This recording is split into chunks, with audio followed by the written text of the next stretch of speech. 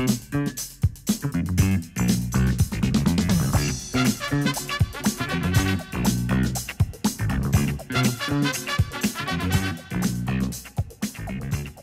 Leisure Friday here at the Best Wines Online Tasting Room. I'm Kyle Meyer. Welcome back. And, you know, this is a first for me, actually. This is, I'm not ignoring you, but I'm just going to it's really funny. You know, the other day, one of the local sales reps came in and brought these wines. And it was kind of like, wow, these are really good. What is this? And it was shocking, but I want to tell you why it was shocking. Because, you know, usually, when we see labels like this, the first thought is, okay, kind of like, you know, corporate, what do they do? Wood chips, interstave, blah, blah, blah, blah, blah, 4 million cases produced. But then when you taste the juice behind the label and you sit there and go, some serious thought went into this. So what we wanted to do is we wanted to get the serious thinker in here. So the salesperson, you have the wrong guest here. Apparently. This is going to be a deep, you know.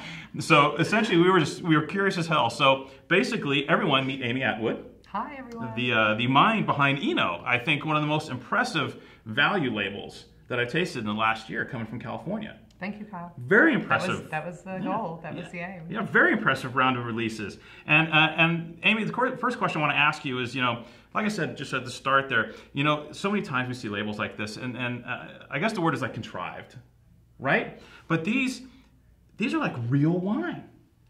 Yeah, and I think even speaking to the label design itself, I wanted to keep it very simple, very basic. I've been in the wine business for almost 20 years now. I've worked in the restaurant side. I'm a distributor. I'm an importer, and then I also make the Oeno wines up in Sonoma as well. And the whole idea behind the Oeno wines is I wanted them to be very simple, everyday wines. Yep. So even the name Oeno, which just is the ancient Greek word for wine, as well as also a name for a Greek goddess that was known for turning water into wine. Nice. So, but it was also equally important to me, aside from the simplicity of the label design and the wines themselves, that they were also made in a certain way. Like there are no wood chips or staves in the Oeno wines. They're all native fermentation, which means we're not inoculating with laboratory yeast, which most corporate wines do, as you know. And they're all either in neutral oak barrels or in tank, in the case of the rosé. So I was not going for a super oaky, jammy style. I wanted more elegant table wines, like we get from France. Like I sell from France, and it really bothers me that we live in California and that we don't have more wines that are affordable for everyday drinking. Well, you bring up a good point. You know, with everyone in California kind of, you know, reaching for the same golden ring. You know what I mean? Instead of working backwards, when California has the potential to do this on a regular basis. But I think it's almost sometimes California chooses not to. No, absolutely, and it's yeah, absolutely. We have a lot of cult, very expensive labels here, and part of the impetus too for creating Oeno is that I was getting all of these wine samples from existing wineries, as I'm sure you do too, all the time.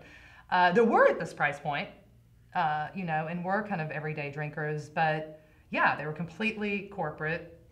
I didn't like the wines themselves just to start with. They weren't delicious wines to me. But on top of that, yeah, they were like wood chips, all kinds of, you know, acid additions, etc. They were just like little laboratory wines. They weren't interesting to me. And I thought we can make interesting wines in California that aren't super expensive. Where did you hone your skills? A bunch of places, or was it a bunch of places? Were there a couple places in particular where you really, because these are, you know what I mean? These are wines made by someone who's informed, I would say. Thank you. As to what, you know, wine is supposed to taste like. Sure. Well, I mean, I started out, like I said, in the restaurant world when I was living in Australia, actually, about 15, 20 years ago, and that's where I got into the wine world and started tasting a lot every day. But since then also, yeah, I mean, as a distributor and importer, I taste a lot of wines every day, just like you do. And I've traveled, obviously, as I'm sure you have. I've been to France and Italy and Australia and New Zealand and Germany. And all these countries and done very intensive tasting when I do those trips as well. There's no doubt that my personal palate is more geared towards refreshing, kind of higher acid, lower alcohol type wines. I'm not really looking for sledgehammer wines. Yeah, I mean, I wanted the alcohols levels to be somewhat conservative. Yeah. Did you look for Alexander Valley for your Cabernet, or did Alexander Valley find you? Both. Both, yeah. Both. I wanted to.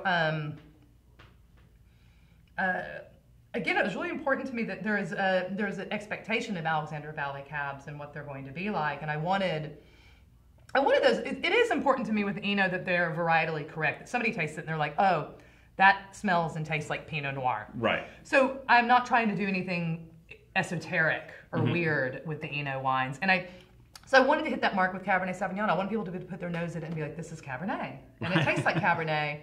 But yet, again, we've had such a bevy of Cabernets that are hugely alcoholic and jammy and oaky. And I definitely wanted to avoid that. So I thought, where can we meet in the middle that people identify this as Cabernet and from Alexander Valley, but it's a little bit more elegant. Right. No, exactly. That's what it is. I mean, it's...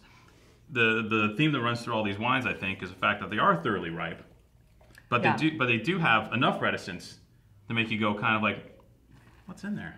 I want another glass. I want to do this again. And like I said, that's a rarity for me when so many wines just kind of go, hey, how you doing? You know, jazz hands. Yeah, I mean, there's definitely fruit. I mean, we're in California. There should be fruit. I mean, we should be able to taste the fruit in our wines. Yes. The sun is always shining. The sun is always shining. Yeah. But it doesn't have to mean that that's the only thing that we taste. Yeah. I always say to people, one of the most interesting things to me in wine is, of course, I do want really generous fruit, but I'm fascinated more by also the savory or secondary flavors. Yeah, the nuances. Yeah. Which, you know, I get that in the Pinot Noir, actually quite a bit, even at this early juncture, 2013, which I mean, hell of a vintage. Yeah. I mean, I'm imagine picking through the material to make this wine was probably pretty interesting. It was. And again, I wanted it to be that I want to be able to have those kind of expectations of like cherry, and there is Bing cherry in here for sure. But there is like a slight earthiness and like forest floor, tiny bit of mushroom, which is something I always look for in Pinot Noir. Yeah.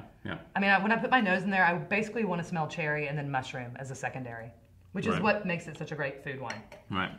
I actually went to go visit this vineyard. This is two vineyards, the Lakeville and the Amaral vineyards, just a couple of weeks ago. They were just about to start picking, and the grapes looked gorgeous. So this is from two separate vineyards in the Sonoma Coast Appellation. Exactly. Okay. Yeah, Lakeville and Amaral, both. Man. You know, it tastes more expensive than it is. I mean, what more do you want? That's exactly what I was shooting for. Yeah. And then with the pink wine, is this a Saignée of something else that you're producing, or? No. So it's a purpose-built rosé. Yeah. It's not. We didn't bleed it off to make a red wine. So the rosé, and I love rosé. I'm a huge rosé, especially we live in Southern California. We can drink rosé pretty much all year. Year round. Yeah. And I do. Yeah. So I was especially excited about the rosé. So yeah, it's Russian River Valley fruit, and it's actually 80% Pinot Noir. So we could have actually just labeled it as a rosé of Pinot Noir, but I did decide to blend in about 20% of a red field blend, a true old California red field blend. So like everything's in there, Alicante, Charbonneau, Syrah, Mourvèdre. I liked the story behind that because I love the idea of these old school California field blends. Yeah, me too. But I also liked, again, there was some generosity to the fruit it added to the Pinot Noir, because the Pinot Noir had a little bit more of a lighter, more savory characteristic. These are good. Thank you. I'm glad you're pleased. You guys get on board with the Oeno wines. These are, like I said, some of the most impressive value California label wines that I've tasted in the past year. And like I said, this is kind of like the dodo bird. These wines are getting tougher and tougher and tougher to find as kind of corporate wine America sinks its teeth into the sub $20 genre. So we really need to get out there and support wines like these if we want to continue to drink wines like these. Otherwise, the juice from here will just end up in another, $50 bottle of Pinot Noir on the shelf. And I personally don't want that to happen because I don't want these to go away. Yeah, true that. Amy, thanks for coming. Thank you, Kyle. This was cool. All right. Really cool. Cheers.